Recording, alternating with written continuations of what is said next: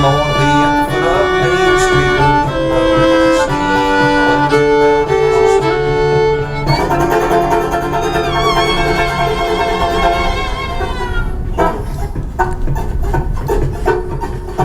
Well, Denison, Moon, and Bob, and Doc, and Maureen too, all the big steamboat family. Me, I tell you, we gotta do it. I'm trying to be the Tennessee bound. Gonna get my banjo, put it on my back. Bell comes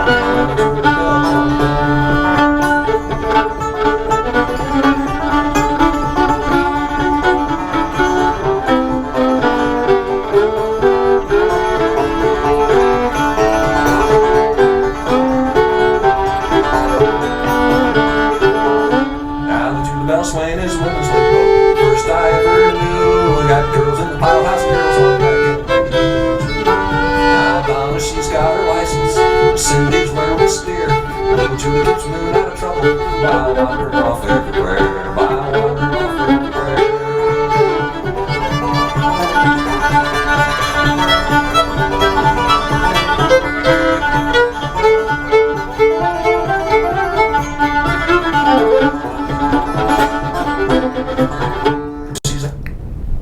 Well, that, of course, was the great John Hartford playing solo banjo and singing, and that was me just improvising some backup, because that's the only thing on the track is banjo and vocal, and that's something that you could do too for fun. And of course, it was the Julia Bell Swain.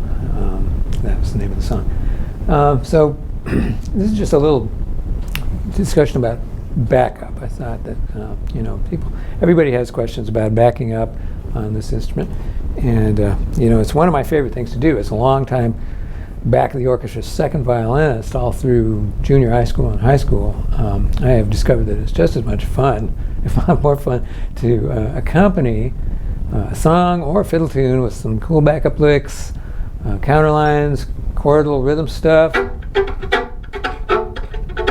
all that stuff, as it is to actually play the melody.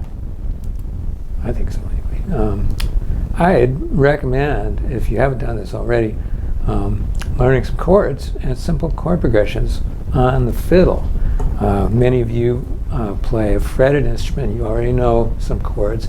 It's very easy to apply these to fiddle because we're not expected to play anything more than 2 notes at a time. And there are really not that many chords involved in this kind of music that we play, which is popular, American popular music, roots music, fiddle tunes, that kind of thing. You can start by finding for some 1, 4, and 5 sounds in the popular fiddle keys, such as G, D, A, E, and F.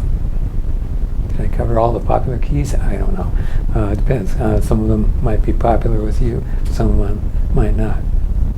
But I am happy to inform you from my extensive research at Berklee College, teaching there, and at fiddle festivals all around the world, that just about every existing chord can be expressed in its essence on the bottom 2 strings of your instrument in first position. Yes, that is good news. And of course, a little rhythm, whether you're chopping or just bouncing along at the bow's balance point on 1 note, it really sets those fancy melodies off something fierce. The more tunes you learn, the more you'll see that there are just a few chord and rhythm patterns that can be used over and over. Right? That's one thing that is kind of a revelation to a lot of people once they really start learning this stuff. So when you learn that next tune, such as Richmond, which I have up on the home page right now, make sure you get an idea of what the chords might be. You might even if you're not reading music, you might download that PDF and take a look at what the chords are, which I have included. And remember that many styles of fiddling have very flexible rules for what the chords are. And I've seen great accompanists, such as the Celtic guitar player John Doyle, actually absolutely crack up the lead fiddle player. I remember one wonderful concert up at Celtic Colors in Nova Scotia. John was playing with the great Cape Breton fiddler Buddy McMaster, who just he was just laughing so much about John's nutty chords, because John would just change it every time they went around that Buddy could barely play. He was just laughing so much, but play brilliantly. Of course, they both did, and John and Buddy inspired each other memorably that night. Anybody who was there won't forget it. So be sure to check out my backup series, lesson series, in the intermediate, toward the end of the intermediate section. Doesn't matter if you're a beginner, you can go to any section, it's fine.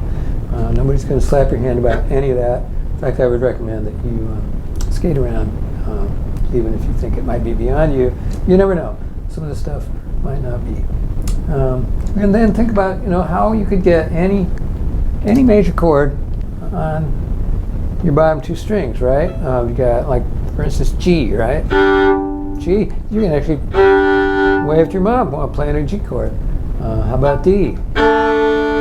Right? One finger, open string.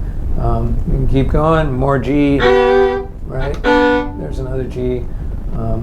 Let's see, we got G, D. How about C, right? Okay, well, again, one finger down. Put on the D string. There's a nice C chord, even though there's no C note in there. But that sounds good. You can put a C note in, right?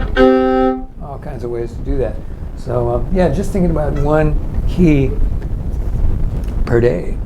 Actually, at the end of 12 days, you have all 12 keys, right? Of course, you're going to want to explore more than that. It goes on and on, but and then of course the ramifications of like seventh chords, minor seventh chords, those kind of things. It's all there for you in first position and bottom two strings of the fiddle, and that's pretty exciting. So that's just a little pep talk I'm giving everybody to start exploring the backup possibilities of the instrument, and we'll have more on that for sure. I would be happy to hear a video exchange. So if you want to send a video of yourself playing along with somebody such as John Hartford or any other singer or other fiddle player that you like, that you enjoy, a song that you like, we can look at that, and I can make some suggestions about how you might be able to back up that particular song. So yeah, this is what this school is about, and happy to supply my opinions, which are maybe worth what you're paying for, and probably are, I guess.